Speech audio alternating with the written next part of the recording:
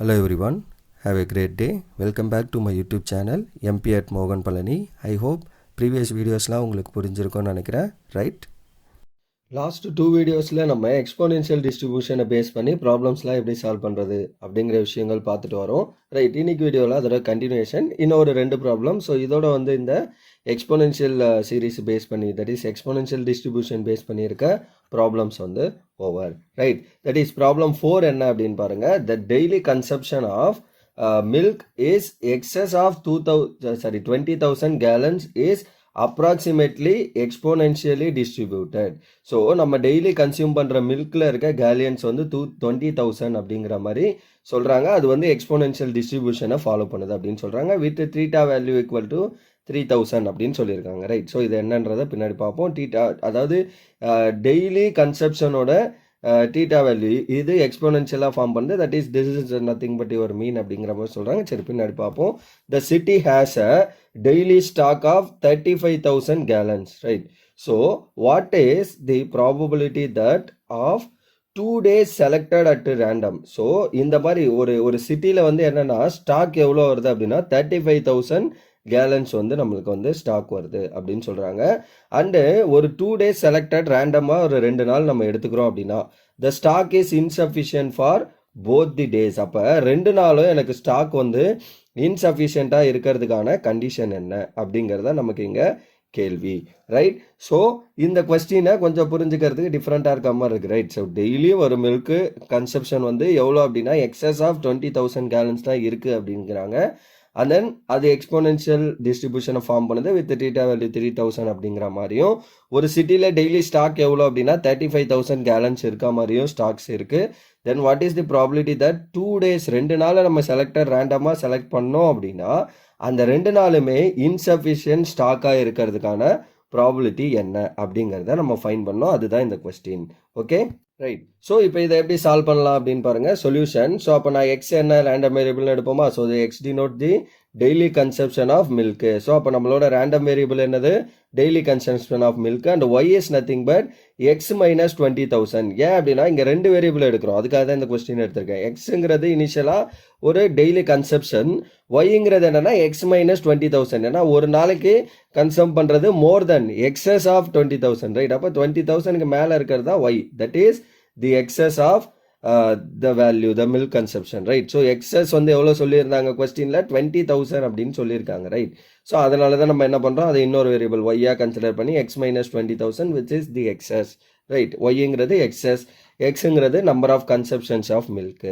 Okay, given that y is exponentially distributed with theta value 3000. அந்த excess ஆகிறது தான் என்ன சொல்லியிருந்தாங்க? எக்ஸ்போனென்ஷியலி டிஸ்ட்ரிபியூட்டடாக இருக்குது வித் தீட்டா வேல்யூ 3000 அப்படின்னு சொல்லியிருக்காங்க. அதாவது மீன் இஸ் நத்திங் பட் 3000 அப்படின்னு சொல்லியிருக்காங்க. Mean of what? That y equal to 3000. அப்போ மீன்னா நமக்கு என்ன தெரியும்? 1/λ விச் இஸ் ஈக்குவல் டு என்னது? 3000. அப்போ இதுலேருந்து லேம்டா வேணுன்னா என்ன பண்ணணும்? லேம்டாவை எங்கேயும் 3000 எங்கேயும் கொண்டு வந்தீங்கன்னா will get lambda is equal to 1/3000. அப்போ லேம்டா வேல்யூ நம்ம ஃபைன் பண்ணியாச்சு. நம்ம கேள்வி என்ன? Probability density function first fine பண்ணோம். அந்த கேள்வி வந்து 2 நாள் நம்ம ரேண்டமாக எடுக்கிறோம், அந்த 2 நாளும் நமக்கு இன்சஃபிஷியன்ட்ஸ் வருதா அப்படிங்கிறத கேள்வி. அப்போ probability distribution function of y is என்னது? F of y equal to lambda into e power minus lambda y. ஏன்னா நம்ம எக்ஸஸை பற்றி தான் பேசுகிறோம், அதனால we are considering everything as a lambda and y is greater than or equal to 0 and in this lambda is strictly greater than 0 இருக்கணும். So அது understood, right? தென் இது நம்ம எழுதணுன்ற அவசியம் இல்லை, they are understood, okay?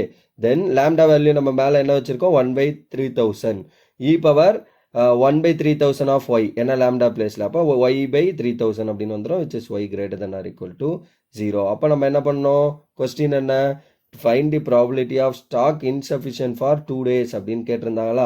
So அப்போ insufficient for a டேக்கு வந்து என்ன அப்படின்னா probability of x greater than or equal to 35,000. ஏன்னா ஒரு டேக்கு மேக்ஸிமம் அந்த சிட்டியில் எவ்வளோ சொல்லியிருந்தாங்க கொஸ்டினில்?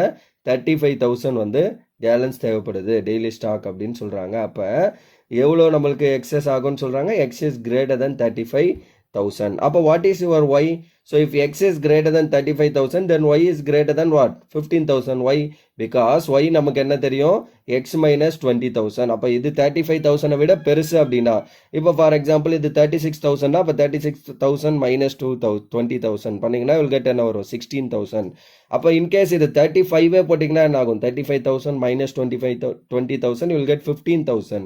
அப்போ definitely your y is greater than என்னது? 15,000. x greater than this இருந்ததுன்னா y is greater than this, because நம்ம ப்ராபபிலிட்டி எல்லாமே இன் டர்ம்ஸ் ஆஃப் ஒய்ல மாற்றிட்டோம். இது வந்து என்னது? Number of consumption of milk. இது வந்து எக்ஸஸ். ஸோ நம்ம எக்ஸஸை பற்றி தான் பேசுகிறோம். அப்போ y is greater than or equal to 15,000 என்ன ஃபார்மெட் இது? ஸோ நமக்கு என்ன தெரியும்? எக்ஸ்போனென்ஷியல் டிஸ்ட்ரிபியூஷனில் probability of x is greater than டீனா என்ன பண்ணுவீங்க? T to infinity lambda into e power minus s t, that is e power minus d t d x. இப்படி எழுதுப்போமா? அப்படி இல்லைன்னா என்னது? F of x into dx அப்படின்னு எழுதியிருப்போம், ரைட்? ஸோ அதுதான் இங்கே நான் பண்ணுறேன். அப்போ இங்கே t பிளேஸில் நமக்கு என்ன இருக்குங்க? 1500 அண்டு எக்ஸ் பிளேஸில் என்ன இருக்குது? ஒய். ஸோ அப்போ எல்லாத்தையும் மாற்றிக்கணும் அதுக்கேற்ற மாதிரி. அப்போ 1/3000 அப்படியே இருக்குது. So 15,000 to lambda, that is infinity e power minus of y/3000 dy, right? So இதை நான் மேலே எழுதியிருக்கேன். இதுதான் உங்களோட எஃப் ஆஃப் ஒய். அதில் 1/3000 மட்டும் வெளியில் எடுத்தாச்சு. ஸோ அப்போ 1/3000 இன்ட்டு இதை இன்டகிரேட் பண்ணால் என்ன ஆகும்? e power minus y/3000 divided by என்ன வரும்? minus 1/3000, which is nothing but e power minus 80. e power minus 80 integrate பண்ணால் என்ன? e power minus 80 divided by minus a. அதுதான் இங்கே பண்ணியிருக்கேன். And your value is 15,000 to infinity. இப்போ upper and lower limit கொடுக்கணும். அதுக்கு முன்னாடி இந்த minus 1/3000 வெளியில் எடுத்துக்கலாம். ஸோ அப்போ 1/3000 ஆல்ரெடி இருக்குது, divided by minus 1/3000 e power minus y/3000 15,000 to infinity. And then இது ரெண்டை கேன்சல் பண்ணிங்கன்னா will get minus 1 e power upper limit கொடுத்தீங்கன்னா இது infinity by 3000 வரும், which is again infinity, right?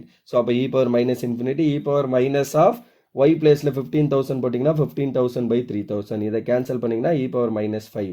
So minus 1 into 0 minus e power minus 5. So அப்போ 0 minus into minus plus. So plus e power minus 5, which is nothing but 1/e power minus 5. Therefore, the probability for insufficient, நம்ம மேலே fine பண்ணது என்னது? ஒரு டேக்கு, right? ஏ டே. இங்கே நம்ம fine பண்ணுறது ஏ டே. ஒரு டேக்கு வந்து எவ்வளோ வருதா? இன்சஃபிஷியன்ட் e power 5 வருது.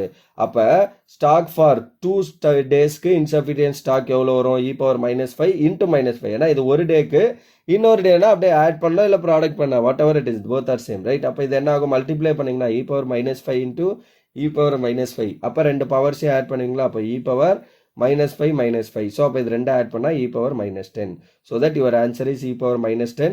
ஸோ தட் இதை டிவைட் பண்ணிங்கன்னா will get என்ன? 1/e power 10. So that is your answer for this question number 4, right? So அவ்வளோதான் இந்த question. So இந்த question என்ன அப்படின்னா ரெண்டு வேரியபிளாக எடுத்திருக்கிறதால I am taking this question, right?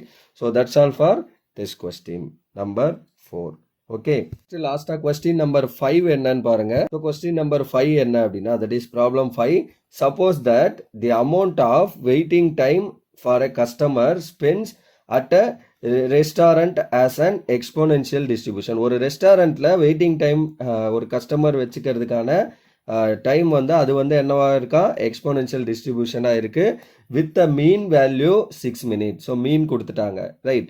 And find the probability that. So mean கொடுத்துட்டாங்கனாலே நம்ம அந்த லேம்டா வேல்யூ ஃபைன் பண்ணுறது ஈஸி, ரைட்?